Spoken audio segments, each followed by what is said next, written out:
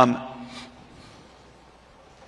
honestly, there's many cool parts of the job. One of the coolest is getting to go visit these mega data centers under construction and operation. Yep. Just the scale is, of like these gigawatt campuses. It's really hard to explain, and you see these photos, and it's like, oh, okay, it does look big.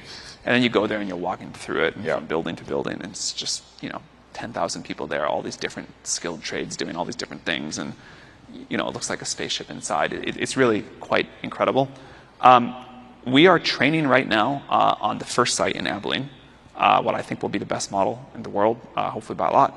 And it's so amazing to have gone from many visits while it was under construction and just really internalizing the scale and incredible complexity to the day that one researcher at OpenAI types in like one command and it pushes enter.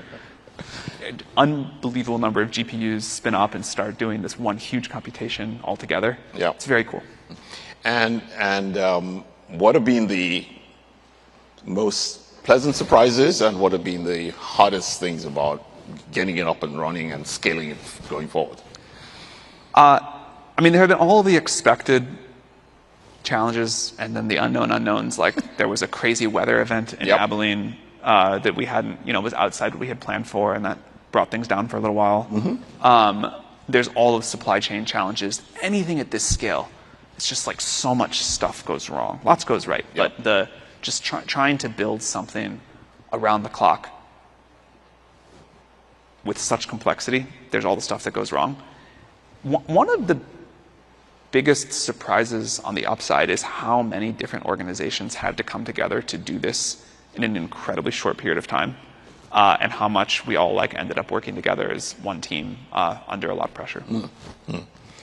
And of course, the power demand part of it is the one that a lot of people are focused on. Are you optimistic that we will solve that challenge first in the US, and then we can talk about it in other places? In the long term, I am. Okay. I have no doubt we will figure out how to build huge amounts of power generation. AI will help, of course. But I think the portfolio the world has in front of it, gas, solar, nuclear fission, nuclear fusion, more, I feel good about what we will be capable of and what we will eventually do. Mm-hmm. Given the demand growth we are seeing, I am sort of hoping for a miracle in terms of figuring out how we can get way more efficient per watt with models to give us time to build out all of this infrastructure. Now, the track record there has been incredible. People cite whatever amazing statistic they like about how much more efficient our models have gotten our industry's models have gotten over time, but one that I think is incredible. Our first reasoning model was called O1, came out like 16 months ago.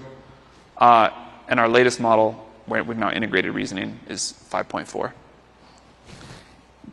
To get the same answer to a hard problem from that first model to 5.4 has been a reduction in cost of about 1,000x. Maybe I was a little bit wrong on the timeline. Maybe it was a little bit longer. But in any case, since 01 till now, 1,000x. That is unbelievable in a relatively short period of time. And the two things that I think that points to, one, we are still so early and in this paradigm, and we have so much more to gain about our understanding of how to develop these models and train them and run them efficiently, that were then and still are doing things in dumb ways and will get better and better. And two is that human ingenuity and the ability to operate in constraints and to find ways to solve problems almost always surprises you on the upside. So it's not just that the models have gotten better, it's that we have figured out, kernel engineers came to help figure out how to write more efficient kernels, and power engineers and the people that design data centers found more efficient ways to do that. So people are answering the call well beyond just the model side to make this more efficient. Right.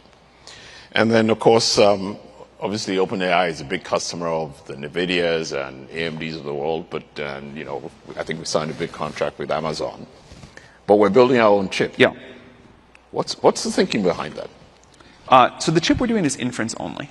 Okay. And the thinking behind it is that on this, rise up to solve problems in front of us, we think that a specialized chip to be not necessarily the fastest inference chip, but the cheapest inference chip, the most efficient per watt, given the constraints we see in front of us, is going to be important for all of the agent demand we see in the future. So it's an opinionated bet. It's a limited chip, but the thing that it does in a world where we're energy constrained, I think will be very important. Maybe you can explain, because I'm not sure everybody in the audience is AI proficient, with the difference between an inference chip and a training chip.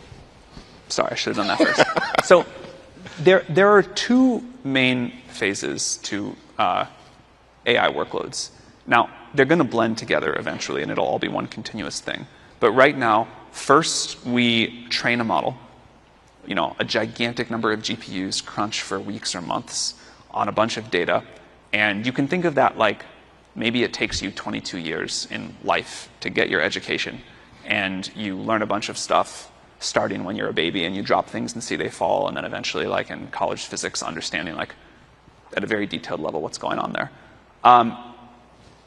And then after that, if you ask a model to solve a physics question, that's called inference. And that's quite efficient. But this is true for people as well. And when people talk about, oh, these AI models are so efficient, they're usually comparing the 22 years that a human takes to train to the 1 second that an adult takes to solve a physics problem.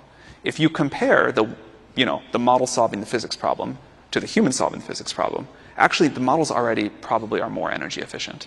But training is this hugely massive amount of processing power that then produces really just like a file of numbers that you can then pose a question to and get a response.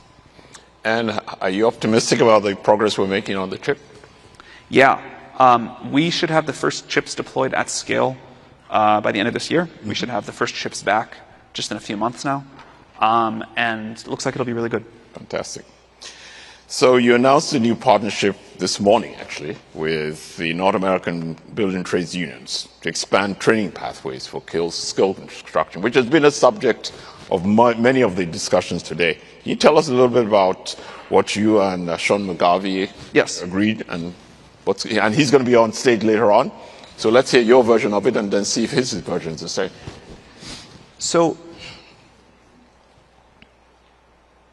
we talked earlier, and the world has talked many times in the past about the need for AI infrastructure, the need for the world to have the physical infrastructure, power plants, transmission lines, data center halls, chillers, obviously the racks and the GPUs and everything that goes inside of those.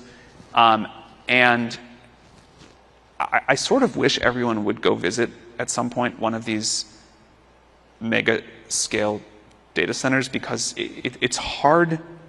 When you ask ChatGPT a question, you get your answer back, and it's really hard to visualize the scale of what it took to make that, or what it takes to make that happen.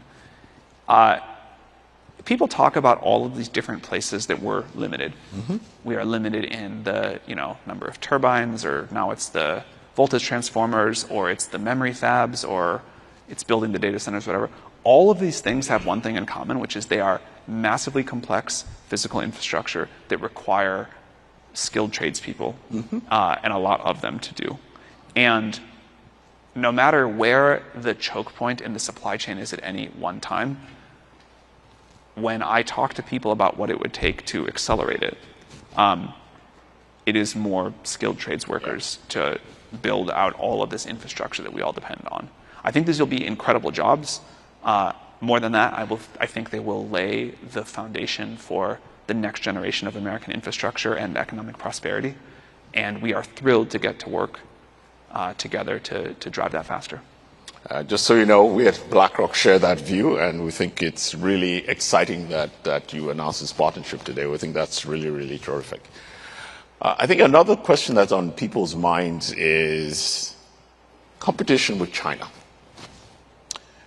Where do you think that stands? And what do we need to do to make sure? I assume we're ahead, but I don't know. So you might tell us whether we are or not. What do we need to do to make sure we stay ahead? So a general framework thought first, and then I'll answer the question more specifically.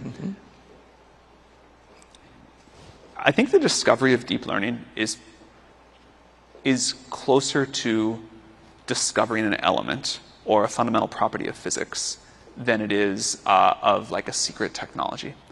And that means that eventually, and eventually probably not being very long, the fundamental ideas that make a model so capable will be simplified, they'll be very well known, and just like we kind of understand how big parts of physics work, we will understand as a scientific principle how big parts of artificial intelligence work. We started to appreciate this with the scaling laws that OpenAI published maybe 7 years ago now. There was such a measurable, beautiful correlation between the resources that go into a model and the intelligence of that model that it kind of felt like hair-raising, but clear at the time that there was just something fundamental going on here as a scientific principle. Now, there have been a lot of details we've discovered since. There will be more to come. But like other scientific frontiers, it is simplifying and becoming more clear over time. And eventually, this recipe will be well understood as a scientific principle. It will not be a trade secret in the sense that other things have been.